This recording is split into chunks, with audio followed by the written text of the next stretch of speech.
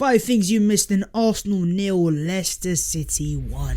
Going into this game, Arsenal had a chance to go into 3rd place, but as the famous quote goes, it is the hope that kills you as an Arsenal fan, as Jamie Vardy inevitably came off the bench to score the winning goal. And there are many questions to be asked about Arteta and the Arsenal team. So with that being said, guys, welcome back to your boys channel. I am not in the best of moods, but here we go anyways. Arsenal 0, Leicester 1, and here are 5 things you missed. Here we go, let's get into this.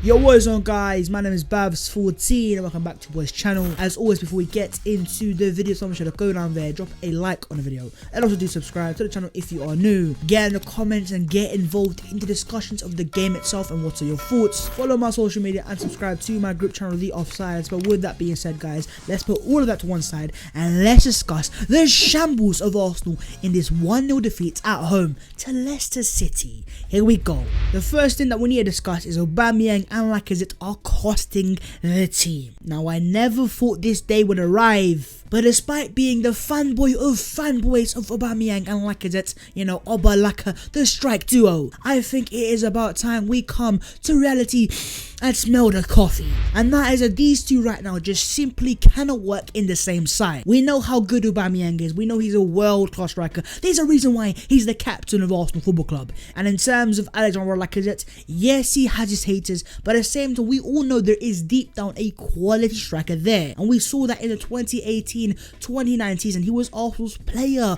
of the year. But the fact is, in 2020, he looks nothing better or offers anything more than what Olivier Giroud used to offer. And yes, I just said that, and it had to be said. It seems like Arsenal fans are starting to lose patience with our number 9, the French international. Bro, we've had enough. We paid £50 million for this guy, and this guy has never scored more than 15 league goals in his Arsenal career. And the point I'm trying to make to you guys is when you play Aubameyang and Lacazette on the same side, you're costing the team in terms of overall balance, especially in that front three. We've tried it for too many years now, and we've seen it fail too many times in our faces. Ask yourself the question, how many times have Arsenal qualified for Champions League football with Aubameyang and Lacazette in the same team? The answer to that question is the same answer to how many trophies Spurs have won the last 10 years. Oh yeah, it is 0. And also another thing I have to say is by playing Lacazette down the middle, Aubameyang is getting hurt out wide. And I'm going to hit you guys now with a stat, and trust me, this is painful to listen to. So far throughout the entirety of the season,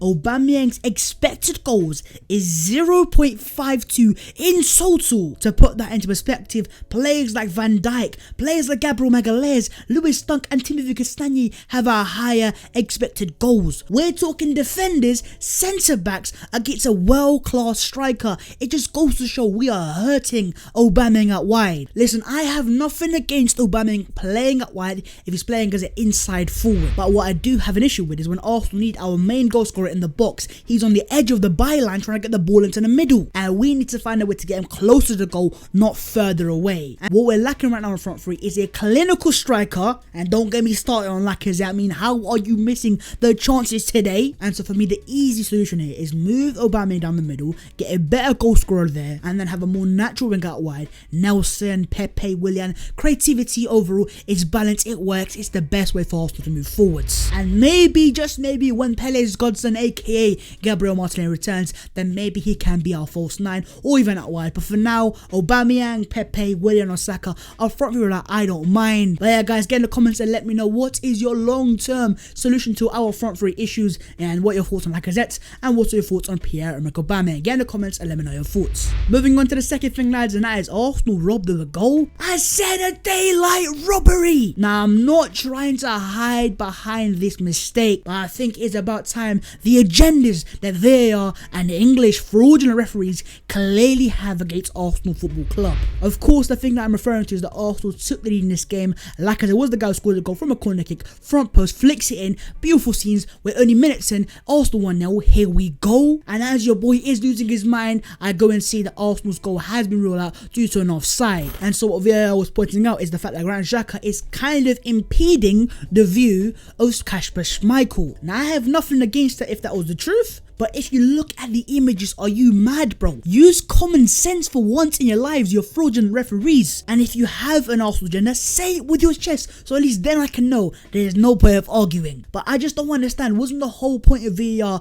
in football meant to erase mistakes like this? And I've said it before and I'll say it again, I don't want to blame VAR. It's not VAR's fault. The people that I want to blame here is the shambolic people, clowns let's just say, that sit behind those TVs and clearly have a lack of common sense. I'm not saying if this goal counts we win the game, but just think about it to yourselves. If Arsenal do get that goal, we might just get a win and maybe it isn't the crisis that has become. Moving on to the third thing, lads, and that is Dani Ceballos' creative potential. Well, oh my god, Babs, how are you being positive? Arsenal just lost the game. Well, what I am going to say is yes, we lost, but let's get it straight. This isn't any sort of crisis. On paper, it was a 1-0 defeat that Arsenal actually dominated in the first half, and if we took our chances or things gone our way, it would have been a win. Arsenal would be in third and fans wouldn't be crying like they are right now. And so I think sometimes as fans, we have to take a step back and evaluate the bigger picture and overall think to ourselves, listen, maybe it wasn't as bad as it is. Now at the same time, I understand that game was an absolute ball fest, but overall a positive for me was the first half of Dani Ceballos. Of course, in terms of the Arsenal midfield,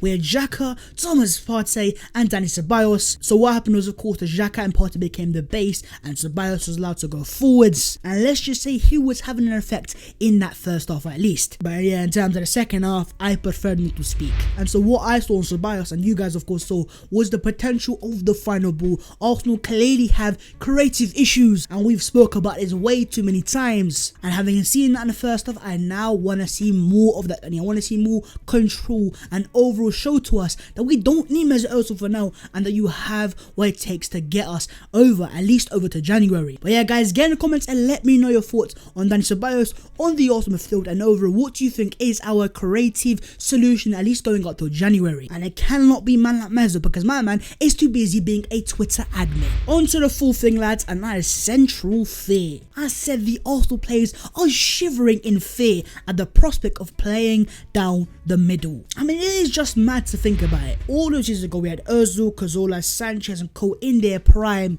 and we used to love playing down the middle and not out wide. Whereas fast forward to 2020, and it seems like the prospect of our players playing down the middle just brings out fear like I've never seen it before. I mean, these men are moving like it is illegal. It breaks a rule to play down the middle. And again, I'm gonna hit you with some heartbreaking stat. In terms of the game itself, 75, and I mean 75, big percentage of Arsenal's attacks came out wide, with 46 on the left hand side and 29 on the right hand side. And so what effect that has is Arsenal's attack just becomes very predictable, and what you want is a bit more variety going forwards. And you saw that clearly today. Leicester were not great, don't lie to yourselves, it is a false image. These guys were awful in total, and they barely had any chances, and they weren't even that defensive solid. All they did was stand their ground, and Arsenal did not cause any sorts of issues. Right now, for me, the thing that worries me the most as an Arsenal fan is this worrying lack of ideas in the team. Right now, everything seems to be boring and sideways, a lack of breath, and don't even get me started on the backwards passing. And overall, what I want to see more from the Arsenal team is faster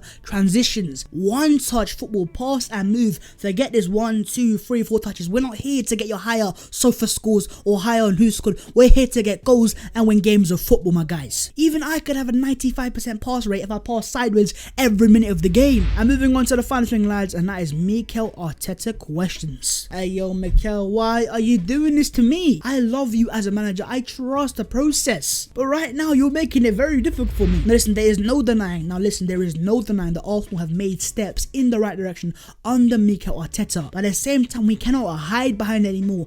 Our season so far has been very, very boring. We got away with it against Sheffield United with Pepe's magic. We got away with it against West Ham United as expected goals showed. It seems like our players don't know what the word entertainment means. I'm not saying I want every game to be a full 5-0, but let's again not hide behind it anymore. Our football is too boring, it's too passive, it's too sideways, and we need to see improvements from that, and that goes down to Mikel Arteta. Again, my trust in Mikel has not faltered. I still believe in this guy. Pepe, £72 million, Aubameyang 60, and Lacazette 50. We spent the money, and it's time to get the best out of these players. And overall in terms of now, and of course now overall in terms of the start start of the season. That's on 3 wins and 3 losses. Sitting in mid-table isn't the best, but then again, if we had won today, we would have gone to the 3rd. So is it really that much of a crisis? And there you guys go. That is my 5 things that you guys missed. Of course, get in the comments and let me know your personal things that you want to talk about, and let's get some debates going on. And of course, if you have enjoyed the video, so make sure to go down there and drop a like on the video, and also do subscribe to the channel if you're new. We're closing in to 30,000, so please do subscribe. If you could follow my social media and subscribe to my group channel, The Offsiders, the links are in the description below. It would be massively appreciated. In the latest game for Arsenal held an L against Leicester at home. It wasn't the best, it was very boring, but overall we need to move on, progress as a team, and still bat Mikel. But Mikel, it is over to you. Sort it out, and I'll see you guys next time in a bit.